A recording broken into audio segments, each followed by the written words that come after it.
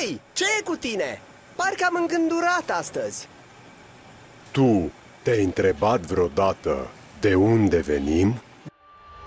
Țiglele ceramice Layer, calitate și tradiție românească. Țiglele ceramice provin de la fabrica Layer din Sighișoara, singura fabrică de țiglă ceramică din România. Oferă garanție de 40 de ani și sunt disponibile în variante naturale sau colorate, în negru, antracit și maro.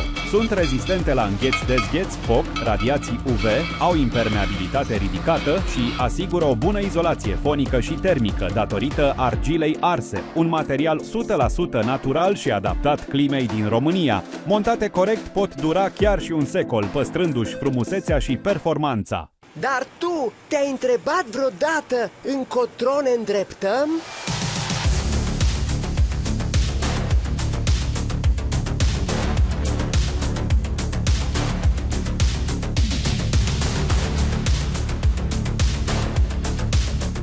Deci venim din Sighișoara? Da, și ne urcăm pe acoperișurile din toată țara. Aha, acum am înțeles. Layer, calitatea vorbește de la sine.